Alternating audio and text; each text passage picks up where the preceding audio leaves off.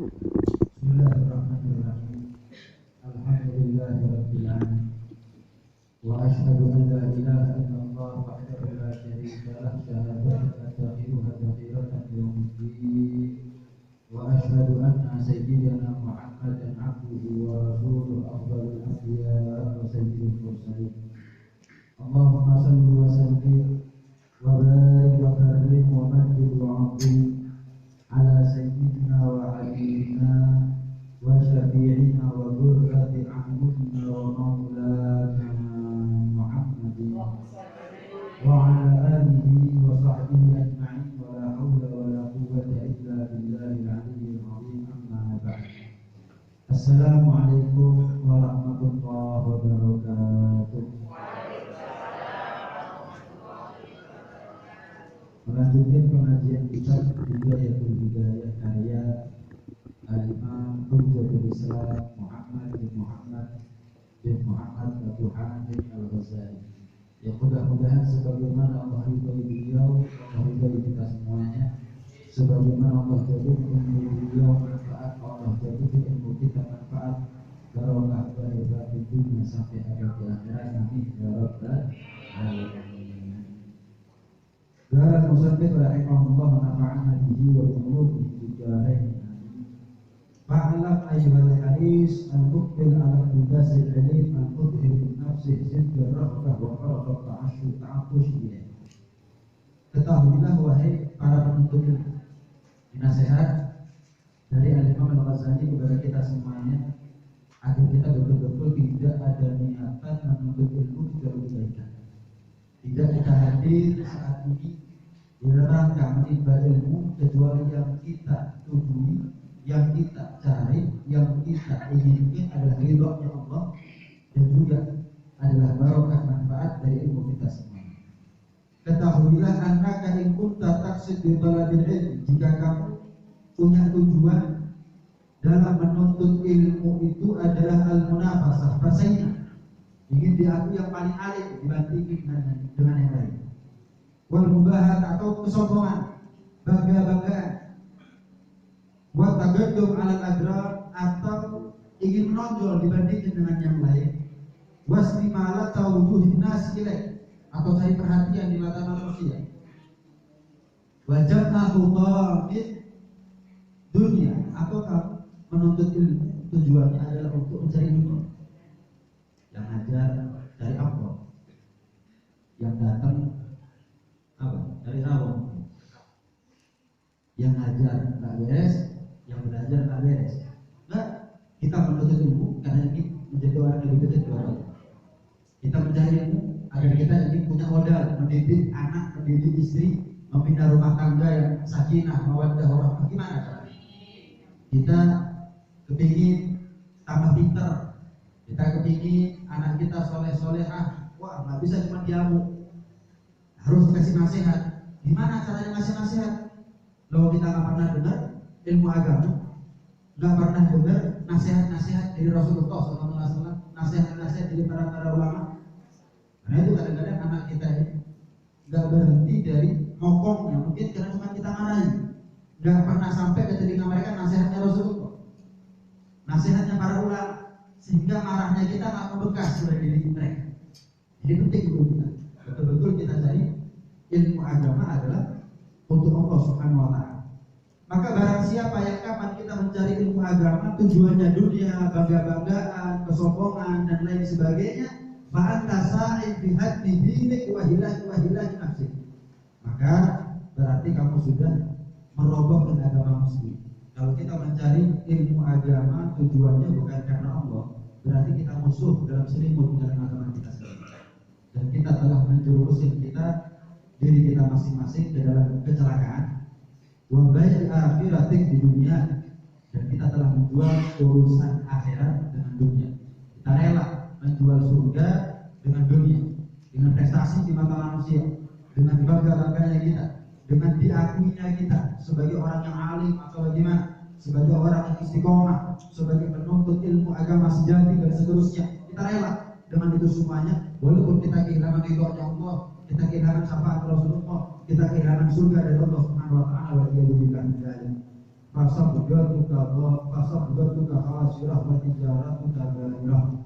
Maka tidak ada bagian bagi kamu kecuali adalah kerugian, dan hasil dari perniagaan kamu tidak ada lagi kecuali adalah kerugian. Wa mu'allimuka mu'inun laka ala isyanik wa syarikun laka fi khusranik.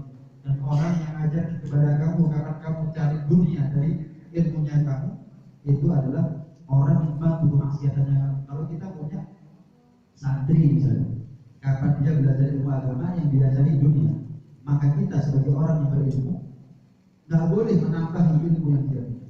Kenapa? Kalau kita nambah ilmu yang dia punya, ilmu dia jadi kendaraan sebagai untuk mencari dunia, maka diharapkan bagi seorang ulama tersebut untuk menambah ilmu yang dia punya. Kenapa? Kalau tambah ilmu tambah sesat. Kalau tambah ilmunya tambah berehat. Kalau tambah ilmunya tambah ngawur fatwa-fatwanya. Nah, kalau ada kiai yang tetap ngajari calon ulama seperti ini, maka dia telah bersekutu di dalam memaksiati Allah. Mereka berdua antara ulama dengan santrinya telah bekerja sama untuk mendapatkan kerugian sama-sama nanti di akhirat. Wa huwa kaba isai fi ghafil. Itu sama seperti kalau saya jual pisau tapi untuk membunuh orang. Saya jual pisau, yang beli ngomong sama saya ingin membeli pisau Anda karena ingin mencelakai seseorang. Haram buat saya untuk menjual pisau tersebut. Kenapa? Karena saya tahu pisau ini akan disalahkan. Pedang itu kalau di tangannya si nomor foto manfaat. Tapi pedang kalau di tangannya begal lain bedanya.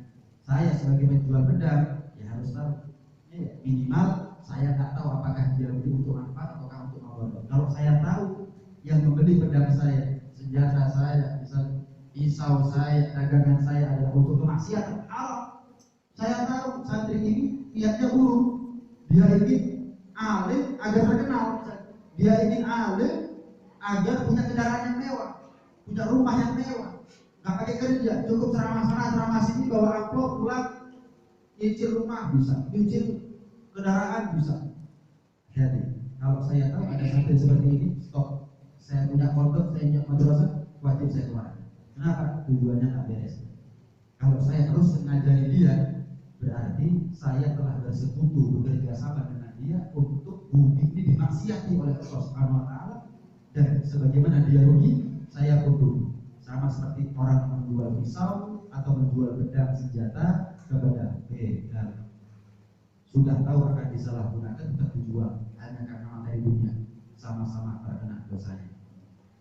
Sebagaimana Rasulullah SAW bersabda, "Man a'ana ala maksiatin walau bisyatri kalimah kana syaridan lahu." Barang siapa yang membantu kemaksiatan orang lain, berarti orang yang membantu itu akan mendapatkan dosa yang sama. Nah, yang pertama dari wasiat atau nasihat Imam Al-Ghazali, ada minimal 3 pelajaran yang bisa kita ambil. Yang pertama, menuntut ilmu itu adalah kemuliaan buat kita sendiri. Bukan hanya kewajiban sebetulnya. Menuntut ilmu itu kebutuhan. Sama seperti kalau kita tidur, kita nggak pernah tidur dalam keadaan terpaksa. Seharusnya kita menuntut ilmu nggak pernah dalam keadaan terpaksa. Sama seperti kalau kita makan minum, nggak pernah kita ini makan minum dalam keadaan terpaksa. Maka sepatutnya buat kita kapan kita menuntut ilmu dalam keadaan sukarela.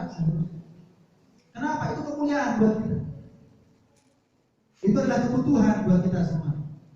Maaf, seseorang menikah nggak terpaksa, tapi memang atas dasar kesukarelaan. Memang keinginan dia.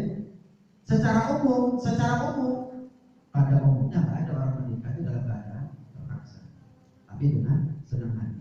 Demikian juga kita dalam menuntut ilmu. Seharusnya kapan kita menuntut ilmu nggak ada terpaksa. Masa diajak masuk surga dipaksa? Masa diajak selamat dari neraka apa? Dioprak-oprak.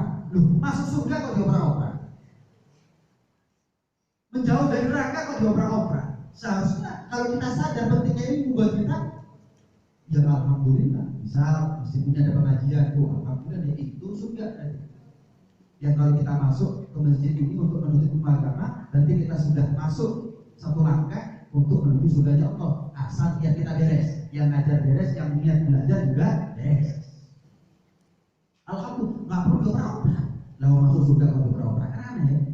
Kalau ada orang disuruh masuk surga, ngomong, bukan? Lapo sih, lu aneh. Kapan disuruh maksiat nggak pakai beroperat? Lu kan ada orang masuk neraka secara yang lain. Gambarannya begini. Seandainya surga dikasih tiket ada harganya. Misal harganya 100 juta. Jenengan mau beli? Mau. Saya yakin jenengan gak kepikiran kawin, gak kepikiran punya mobil, gak kepikiran punya tanah dan rumah, kecuali kalau sudah punya tiket masuk surga. Saya nabung bukan untuk mobil, saya nabung bukan untuk tanah, bukan untuk rumah, bukan untuk kawin. Itu nomor N. Yang penting saya punya tiket masuk surga. 100 juta. Pertanyaannya apa dijual tiket masuk surga? Ada ya? Kalau beli saja kita mau, seharusnya kita ini kalau gratis lebih lebih. Tunggu aku dulu. Kok mau gratis? Saya mau tanya, jenengan masuk ke sini gratis apa bayar? Gratis. Jenengan parkir tuh depan masjid apa bayar? Gratis. Jenengan pulang, ya berangkat lapar, pulangnya nyaman. Apalagi saya sih botos ya.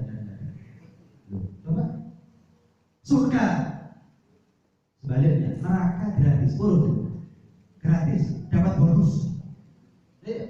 Ketemu artis-artis yang maksiat di sana, wah ketemu sama artis-artis yang mati dalam keadaan kafir, mati dalam keadaan maksiat, mati bunuh diri, mati overdosis, yang kadang-kadang kita idolakan mereka ketika mereka hidup, mau ketemu, dapat bonus loh gitu, naik pas neraka. Tapi pertanyaannya, seharusnya lebih tak mau lagi kalau masuk neraka dibayar. Saya mau tanya, mabuk bayar apa enggak? Masuk diskotik bayar apa enggak? Judi bayar apa enggak? Bodoh. Surga gratis nggak ada yang mau, neraka bayar ada yang mau. Ini anaknya siapa? Surga gratis nggak ada yang mau, neraka bayar, ayo, lu aneh. Karena itu seharusnya kita ini semangat untuk hadir pengajian. Kenapa? Karena hadirnya kita saat ini, kata ulama, kalau saat ini ditampakkan oleh Allah Subhanahu wa taala pahalanya kita ini datang ke sini rebutan. Bayangkan kalau kita datang ke sini ditampakkan surga oleh Allah. Saya yakin yang punya pasar, yang punya beda tinggal ke beda, yang punya toko tutup toko, yang punya profesi apapun selesai dari kantornya. Berangkat semuanya menuju masjid tauhid. Kenapa? Kok surga. Tapi memang sengaja dirahasiakan oleh Allah fungsinya. Yang pertama, uji, tes keimanan kita. Yakin apa orang? Kalau kelihatan dapat ya wajar. Tapi kalau nggak kelihatan dapat, oh yakin berarti iman, berarti ya lolos dari ujian Allah SWT. Yang kedua, biar teratur dunia ini. Bayangin kalau kapan orang datang pengajian masuk masjid tauhid kelihatan surga. Wah, bisa teratur dunia ini. Nggak ada polisi yang jaga lampu merah, bakal ada itu. Nggak bakal ada orang yang sibuk dengan dunia untuk demi keteraturan dunia. Wah, masjid mana pun nggak penuh, nggak cukup, masjidil haram nggak bakal cukup untuk nampung orang hadir pengajian. Sengaja dirahasiakan untuk mengetes keimanan kita. Dalam satu riwayat Rasulullah SAW pernah bersabda, hampirnya kita ada di majelis ini walaupun sebentar, itu lebih baik daripada sholat 1000 rakaat. Butuh berapa minggu kita sholat 1000 rakaat? Kalau sehari 17 rakaat, kalau 1000 2 bulan kita 1000 rakaat. Kita hadir pengajian cukup sebentar, tapi lebih afdol, bukan sama, lebih afdol. Nah cukup di situ ditambah dengan orang yang menjemput 1000 orang sakit. Berapa rumah sakit yang harus kita parani untuk menjemput 1000 orang sakit? Kita cukup datang ke satu masjid sebentar, nggak sampai 1000 orang sakit kita jemput, tapi pahalanya kita lebih afdal daripada mengantar 1000 jenazah. Sebenarnya kita belum ada 1000 jenazah yang kita antar. Kerabat kita, tetangga kita, saudara kita yang pernah kita kenal meninggal dunia nggak sampai 1000. Apalagi yang kita antar lebih kurang dari itu, tapi pahalanya kita lebih besar, lebih afdal daripada itu semuanya. Lebih afdal daripada sholat 1000 rakaat, lebih afdal daripada mengantar si jenazah dan menjenguk si orang sakit. Tiga-tiganya datang kita saat itu ya Allah. Nah, saya yakin orang saja tinggal dia yakin ataukah tidak. Saya mau tanya, kalau jenengan jadi karyawan kerja sama orang, yakin di akhir bulan atau awal bulan jenengan dapat gaji? Yakin? Kadang-kadang yakin ya, padahal seharusnya cuma yakin. Dari kombongan tadi, jangan lagi yang punya pabrik melarat dada kok gaji untuk makan susah udah. Sama manusia kenapa kita yakin? Sama Allah kenapa nggak yakin? Yang kekayaannya nggak bakal kurang. Allah nggak mungkin luput. Apa yang dijanjikan sama Allah nggak mungkin meleset. Kita kerja sama orang yakin digaji nanti di akhir bulan awal bulan. Badan belum tentu. Tapi kapan diajak masuk masjid bertanya-tanya. Apa iya? Allah nggak yakin sama manusia kok yakin? Karena hadirnya kita ke pengajian seperti ini adalah kebutuhan buat kita sendiri. Makan yang kita makan, status sosial kita, pekerjaan apapun yang kita punya nanti. Tapi penentu selamatnya kita nanti di akhirat adalah yauma la yanfa'u malun wa la banun illa man atallaha biqalbin salim. Orang itu selamat nanti di akhirat, tolak ukurnya bukan kekayaan, tolak ukurnya bukan status sosial, tolak ukurnya bukan bagaimana manusia menilai kita, tapi bagaimana hatinya kita. Selamat ya hatinya kita. Kalau hatinya kita selamat, selamat nanti di akhirat. Karena itu dikatakan ilmu ini adalah tidak unggul makanannya hati. Kalau kita bingung setiap hari makan 3 kali, seharusnya kita lebih bingung makanannya hati. Kenapa? Orang makan 3 kali sehari mati. Kadang-kadang orang sehari belum makan sama sekali nggak mati. Kenapa? Bukan orang makan panjang umurnya, kalau nggak makan pendek umurnya, enggak. Tapi kita bingung sama urusan jasmani dan fisik. Kita lupa untuk urusan hati. Ini anggota fisiknya kita. Ini kapan kita mati? Dikubur. Kubur. Selesai. Tapi hatinya kita. Kalau hati kita selamat, selamat. Kalau hati kita celaka, celaka. Kita alhamdulillah. Seharusnya yang lebih kita prioritaskan adalah hati. Bukan saya ngomong nggak usah makan. Yang penting ngasih makanan hati. Bukan. Seharusnya yang prioritas buat kita adalah makanan hati daripada makanan jasmani. Kenapa? Makanan jasmani ujung-ujungnya sama. Kalau sudah datang aja kepada kita nggak mungkin mundur dari kita banyak makan. Oh saya lapar, kalau saya nggak makan cepat mati. Enggak. Ada kadang-kadang orang itu makan seleb mati.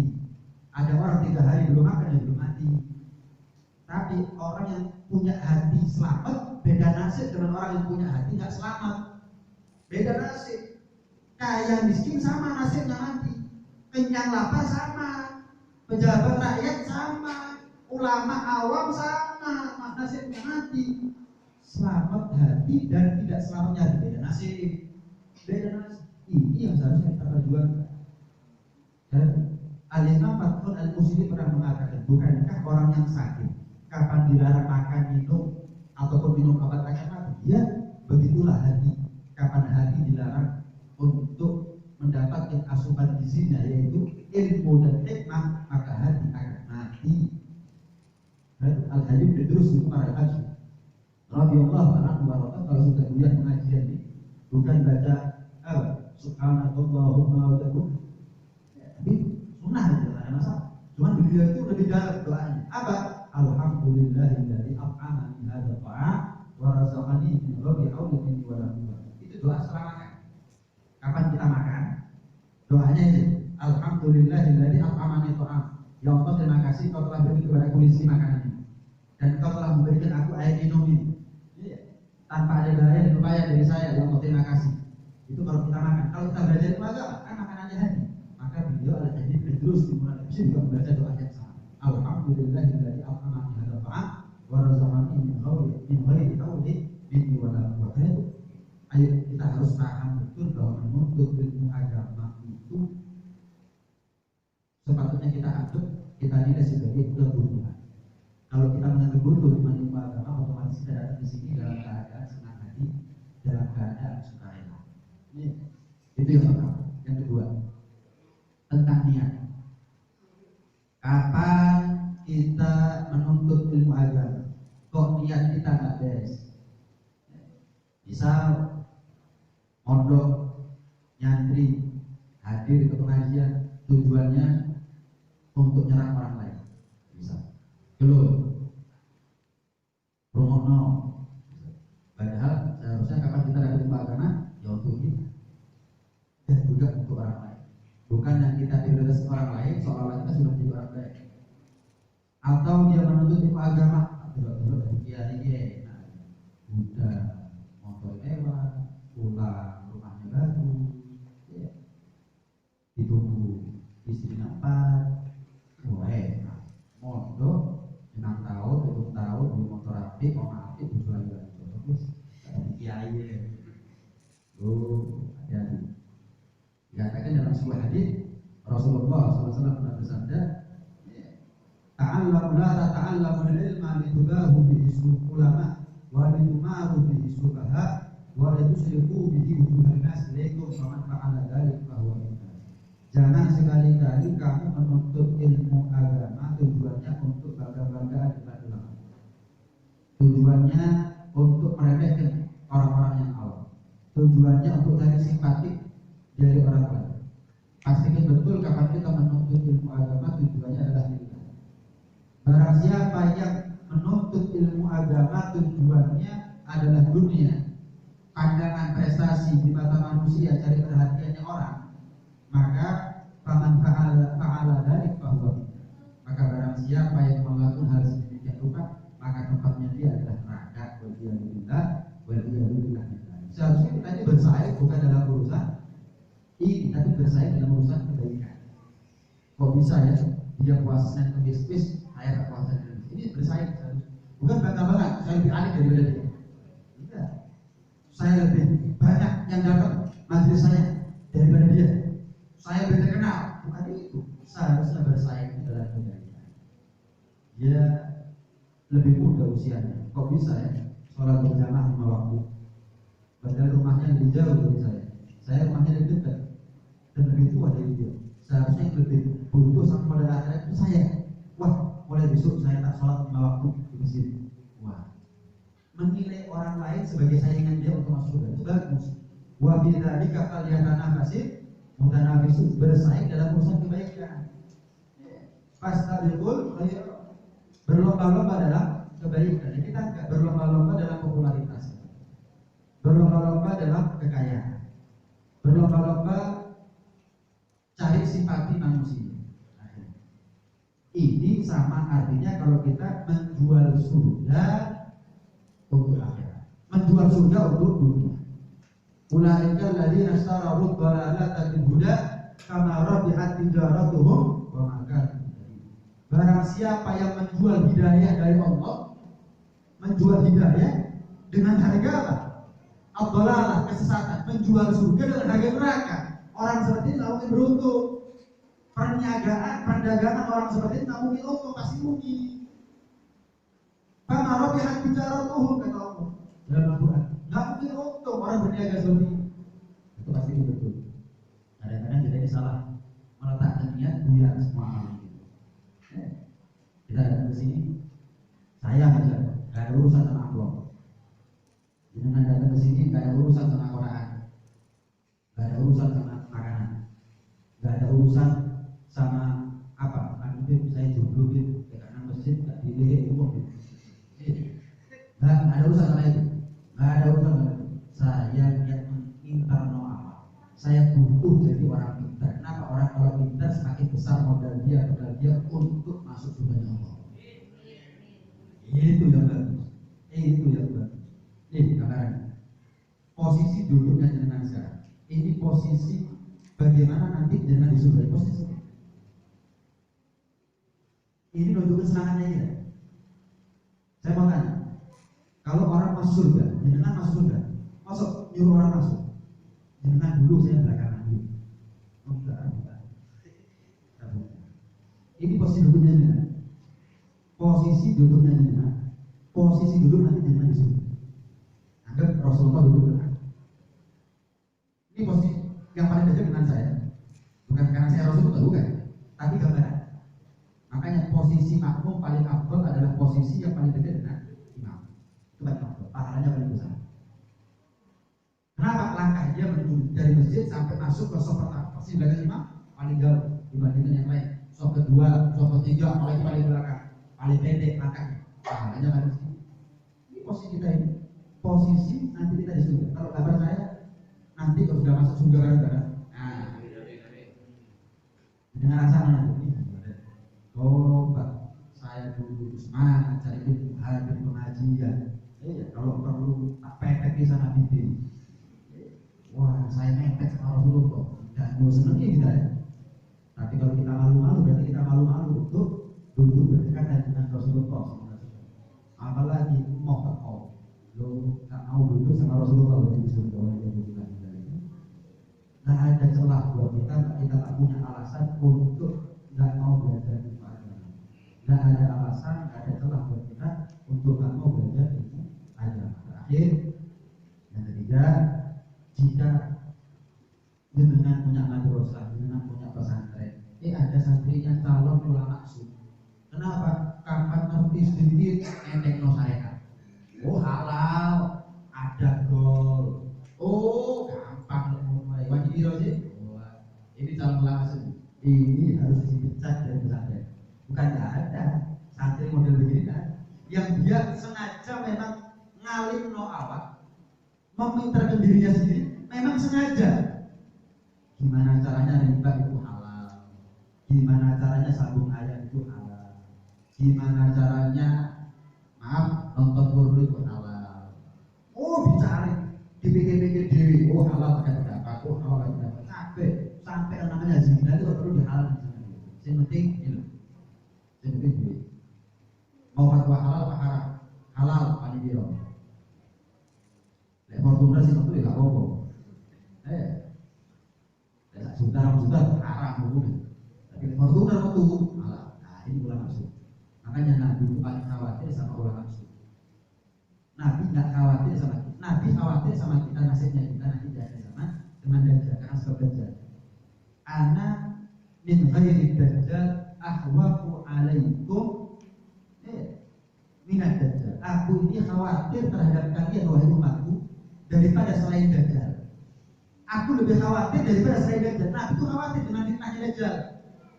Cuma kalau fitnahnya dajjal gampang. Kita baca surat Kahfi setiap malam Jumat, aman itu dari fitnahnya dajjal. Kita baca doa selamat dari fitnahnya dajjal gampang. Tapi selamat dari fitnahnya ulama suku yang berat. Ini saya belajar ulama beneran apa ulama imitasi ya? Ini ulama akhirat apa ulama dunia ya? Ini ulama pahala apa ulama amplop ya? Ini yang berat, kadang-kadang kita nggak tahu tepat harus belajar bro. Ini apalagi di zaman sekarang ya. Pokok penampilan diakui sama 4-5 orang ustaz, wis orang dianggap sebagai ustaz, wis tampil di mana-mana, ceramah di mana-mana. Kalau ceramah untuk orang alim, makanya ada pilgaji. Apakah yang juara pilgaji itu adalah anak yang alim? Enggak. Kamu ahli ceramah belum tentu orang alim. Orang alim pun kadang-kadang nggak pintar ceramah karena ceramah itu bakat. Makanya ada lomba. Ada bukan tolak ukur, bukan tolak ukur. Malah dalam satu hadis Rasulullah pernah mengatakan, saya di alaikum zamanun katsirul khutba'u qalilul fuqaha. Akan datang satu masa pada kalian semuanya yang pintar ceramah banyak, tapi yang ngawur fatwanya nggak kalah banyak. Yang ngerti fikih sedikit, utang emas dibilang halal. Kemudian nanti apa dibilang halal. Fatwanya ngawur, kadang terkenal soalnya, kadang dijawab kadang diisi. Mau jawab nggak tahu itu malu. Iya, kadang disorot sama TV misalkan, kadang terkenal followernya jutaan. Mau jawab nggak tahu malu sehingga terpaksa dia menjawab saknanya. Kathirul khutba'u qalilul fuqaha. Itu adalah apa yang disampaikan oleh Nabi. Nabi tahu banyak pintar ceramah tapi sedikit yang ngerti ilmunya. Maka kata Nabi bagaimana resepnya? Ilmu agama di saat itu al-ilmu fihi khairun min al-amal. Ilmu di zaman itu yaitu zamannya kita lebih penting daripada amal. Lebih penting daripada amal. Ilmu di zaman kita sekarang kata Nabi, bukan kata saya, lebih penting daripada amal. Aku kadang-kadang orang itu kalau nggak pakai ilmu karena amalnya rusak. Contoh, sholat Jumat, dengan masuk masjid terlambat, ketika khotib sudah khutbah nyampaikan materi khutbah, dengan sholat lebih dari 2 rakaat. Pertama sholat tahiyat, yang kedua sholat ba'diyah Jumat, 2 rakaat salam, 2 rakaat salam. Ketahuilah maka 2 rakaat yang terakhir itu haram hukumnya. Ayo, kadang-kadang orang nggak ngerti. Sampai sekarang sering saya saksikan. Ketika saya khutbah, ada orang datang sholat 2 rakaat salam, sholat lagi dia 2 rakaat. Kenapa? Bukan karena nggak semangat di ibadah, cuma dia nggak semangat untuk nyari ilmu. Setan itu bodoh, halus kadang-kadang. Untuk amal ayo semangat, tapi ngaji aja. Ngaji aja. Makanya tahu nggak, orang kafir itu nggak khawatir kita ahli sholat, yang khawatir kalau kita ahli ilmu. Saya pernah dapat cerita ada sekelompok non muslim bikin rumah. Ada musola, ada tempat-tempat ibadah di sini dia. Karena pengembangnya kafir, non muslim, diiming-imingi orang-orang muslim, ayo masuk ke rumah ini, digampang no kafir. Ada kok masjidnya, ada. Wah, setelah tanda tangan kontrak, bayar DP, masuk, boleh sholat, tapi nggak boleh ada pengajian. Orang kafir itu nggak takut kalau kita sholat. Orang kafir itu takut kalau kita pintar. Kalau kita pasti sholat belum mesti pintar. Setan juga begitu. Ayo sholat, ayo puasa, ayo ini, ayo nek pengajian bodoh. Karena nanti kita mau caranya setan bodoh kita gimana? Rasulullah lebih khawatir sama ulama sunnah. Fitnahnya besar. Fitnahnya besar. Ayo tuntut agama dengan baik, dengan niat yang ikhlas, dengan niat yang betul-betul murni dan Allah Subhanahu Wa Taala, bukan ilmu kita jadi bermanfaat, ilmu yang barokah, lahir batin dunia sampai ada di akhirat. Amin. Amin. Amin ya rabbal alamin. Sampai di sini bukan? Biasanya ada pertanyaan. Kalau ada langsung doain.